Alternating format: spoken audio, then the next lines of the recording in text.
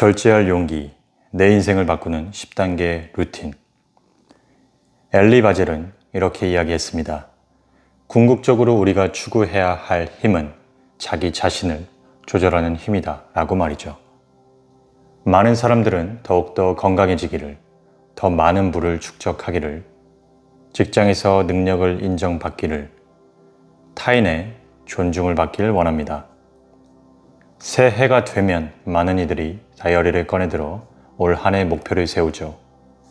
좋은 직장에 취업하기, 체중 감량하기, 공부하기 등 원하고자 하는 목표 말이죠. 현재의 나에 부합하지 못한 목표는 지속해 나갈 수 있는 힘을 감소시키곤 합니다.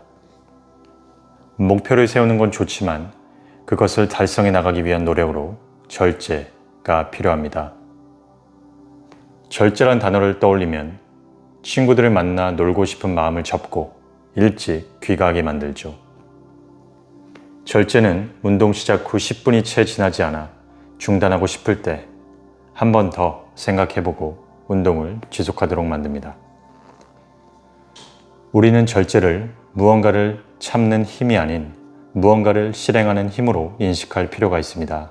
예를 들어 우리가 건강을 위해 금주를 해야 하는 상황이 있다고 가정을 해보죠.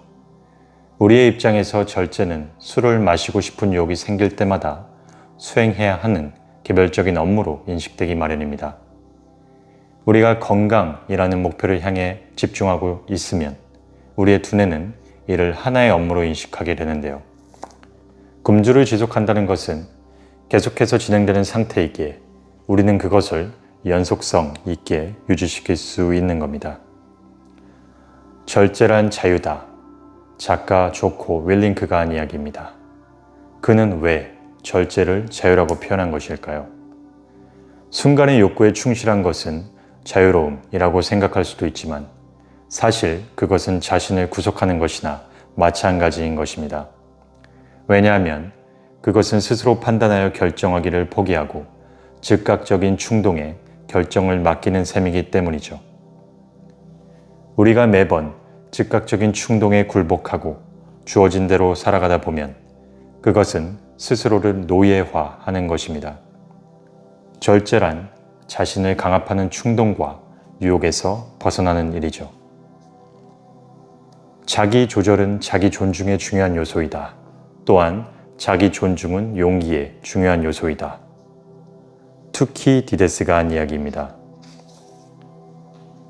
절제를 함으로 인해서 변화하는 것은 무엇일까요?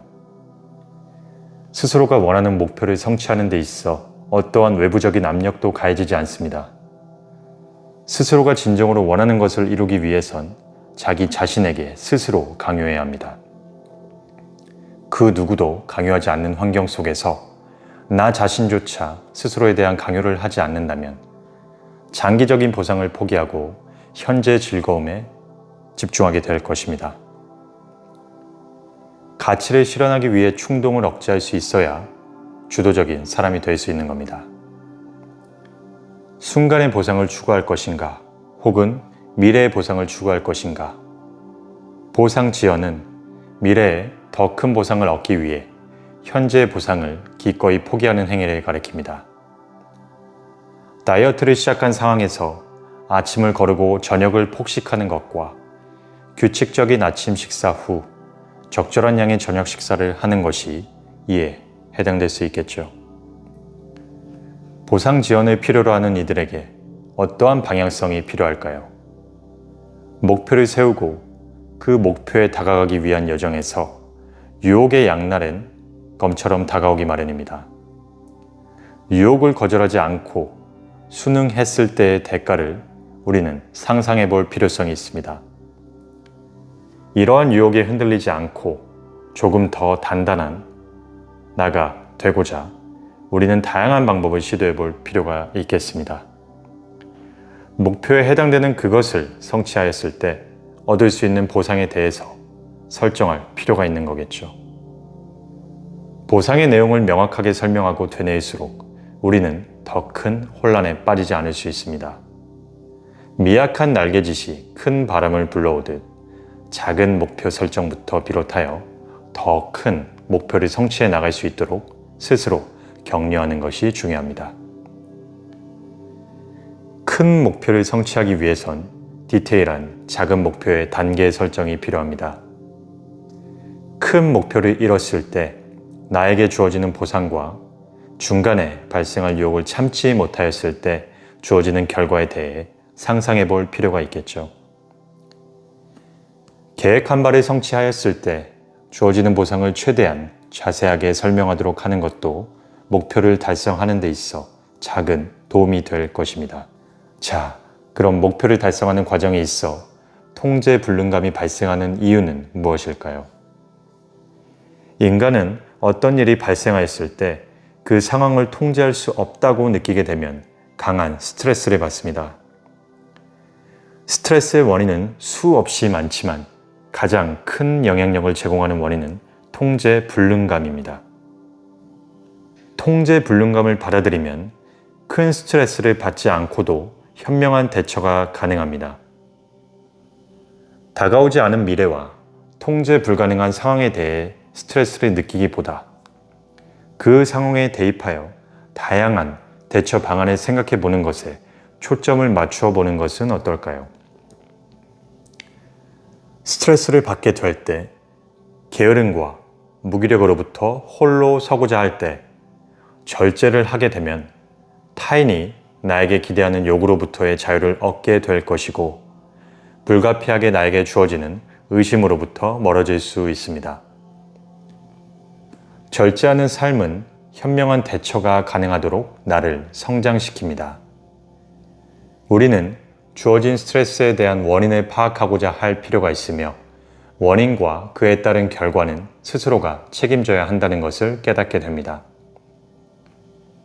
무언가에 대한 책임감이 주어졌을 때 그것을 해낼 수 있는 가장 큰 무기는 그것을 받아들이는 마음의 자세입니다.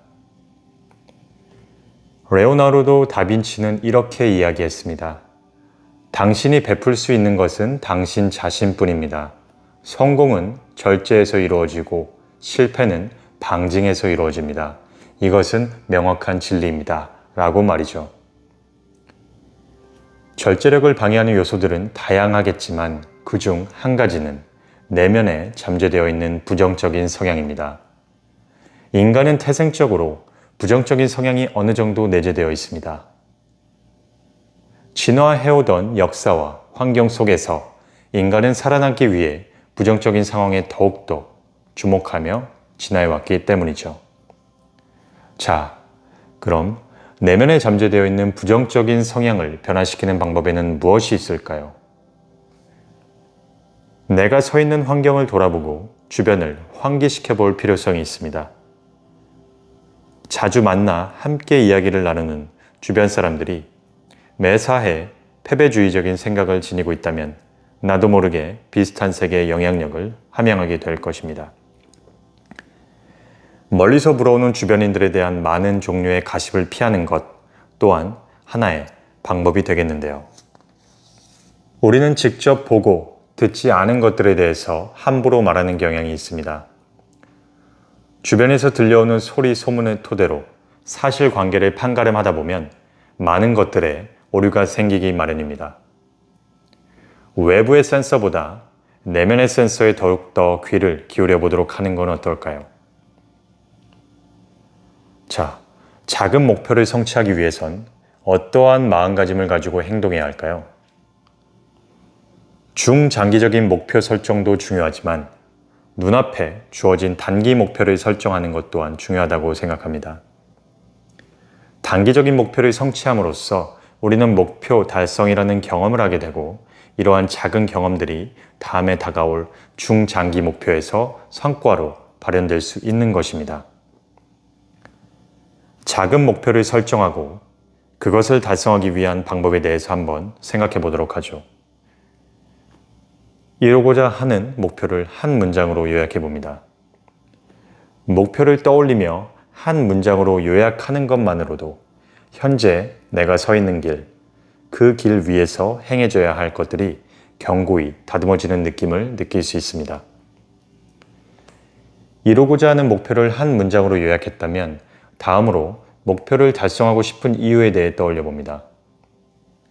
목표를 달성한 후에 나에게 주어지는 보상과 더불어 목표를 이루는 과정에서 내가 포기해야 할 것들이 무엇인지 파악하는 게 중요합니다. 목표를 설정하고 실행하는 단계에서 우리는 시작과 동시에 많은 에너지를 투입합니다. 그러나 목표를 성취하는 과정 속에서 인내하기 위해 더욱 중요한 것은 꺼지지 않는 불씨, 바로 일관성이죠. 일관성을 기르는 데 도움이 되는 것에는 어떠한 행동들이 있을까요? 작은 목표를 설정하고 그것을 성취해 나가는 습관이 일관성을 기르는 데 도움을 줍니다. 작은 목표는 우리가 지치지 않고 지속적으로 나아갈 수 있도록 동기부여를 행하는데, 그러나 결과적으로 목표 달성에 실패한다면 이런 상황에서는 자기 연민의 감정을 가지는 게 중요할 것입니다. 자신을 용서하고 스스로에게 연민을 보냄이 필요합니다. 잘못을 털어버리고 다시 시작할 수 있음을 인지하세요. 우리는 스스로가 완벽하지 않고 어떤 상황에서든 실수를 할 수 있다는 사실을 인지해야 합니다. 내가 행하고 있는 많은 것들이 옳은 방향으로 가고 있는지에 대해서 확인할 수 있는 방법은 결과를 측정하는 것입니다. 이 측정 시스템에 따라 불필요한 부분은 과감히 버리고 수정할 부분은 수정해 나간다면 성취도를 향상시킬 수 있습니다. 자, 그럼 우리가 주기적으로 성취도를 파악해야 하는 이유는 무엇일까요? 성취도를 측정하지 않고 성공하는 사람도 분명 존재합니다. 하지만 우리 두뇌는 어려운 길보다는 쉬운 조건에 틈새를 찾아 나서는 경향을 가지고 있습니다. 매 분기 성취도를 측정하면 틈새를 찾아 나서는 행동을 차단할 수 있을 것입니다. 성취도를 측정하는 과정에서 우리는 예상치 못한 변수를 확인할 수 있습니다. 예상치 못한 변수가 발생하였을 때 측정 시스템을 지닌 사람들은 약화된 성취도를 확인하고 자신의 행동을 재조명하기도 하는데요. 측정 시스템은 동기부여의 효과도 전달하게 됩니다. 매일의 행동에 대한 결과를 측정하고 성취도가 향상되는 것을 확인하면 큰 성취감을 느끼게 됩니다. 목표가 없는 사람은 방향키 없는 배와 같다 라고 토마스 칼라힐이 이야기하였습니다. 목표에 대한 이유를 찾는 작업은 생각보다 어려울 수 있습니다. 이유를 만들어내는 요소들이 생각보다 매우 다양하기 때문인데요. 우선 본인의 성향이 어떠한지에 대한 파악이 우선시 되어야 할 것입니다. 자, 그럼 나의 목표와 행동에 대한 이유를 한 문장으로 압축해서 표현해 보는 건 어떨까요? 스스로에 대한 절제가 요구되는 업을 수행할 때는 언제나 저항이 따라오기 마련입니다. 두려움, 슬픔, 외로움과 같은 내적인 저항과 SNS, 잦은 술자리 등과 같은 외적인 저항이 따라오기 마련이죠. 우리는 이러한 외적 그리고 내적인 저항을 극복할 필요가 있습니다. 그럼 내적인 저항을 극복하는데 어떠한 힘이 필요할까요? 중요한 점은 성취하고자 하는 바와 감정적인 동기를 연계하는 것입니다. 무언가를 원하는 것의 결핍은 그것을 얻기 위해 다른 것을 포기하는 것이다. 무엇을 희생할지 명확하게 인식하라. 시드니 하워드가 한 말입니다. 희생이란 무엇일까요? 우리가 원하는 것을 얻기 위해 그보다 덜 중요한 보상을 포기하는 것입니다. 목표를 이루기 위해 무엇을 포기해야 할 것인지 우리는 정확하게 인식해야 할 필요가 있습니다. 현재 주어진 것을 포기한다면 그것이 얼만큼의 가치를 지니는지, 현재 나에게 발생되는 손실이 얼마나 될지 정확하게 파악해야 할 필요가 있습니다. 그렇지 않으면 성공에 이르는 과정에서 손해를 볼 수 있다는 엄청난 감정 손실을 치러야 할 것입니다. 당신의 삶은 정해진 우연이 아니다. 당신의 운명은 당신의 결심에 의해 결정된다. 토니 로빈스가 한 이야기입니다. 감정이란 무엇일까요? 감정은 우리가 누구인지 보여주는 중요한 요소입니다. 때때로 인간은 이성적인 판단을 내리지 못하고 감정에 휩쓸려 아쉬운 결정을 내리기도 하는데요. 감정적인 결정에서 비롯된 행동은 대체로 좋지 않은 결과를 초래하기도 합니다. 감정적인 상황에 직시하였을 때 스스로에게 다음과 같은 질문 3가지를 던져보도록 하죠. 첫째, 10분 후에는 내 결정을 어떻게 느끼게 될까? 둘째, 10시간 후에는 내 결정을 어떻게 느끼게 될까? 셋째, 10일 후에는 내 결정을 어떻게 느끼게 될까? 10 규칙은 후회스러운 경험을 미리 상상해 보는 것입니다. 그를 통해 현재 느끼는 감정을 리프레시하고 장기적인 관점에서 이성적인 판단을 내리도록 만드는 것입니다. 불편함을 받아들이는 훈련을 하라. 자신의 마음 외에는 외부의 어느 것도 마음대로 할 수 없다.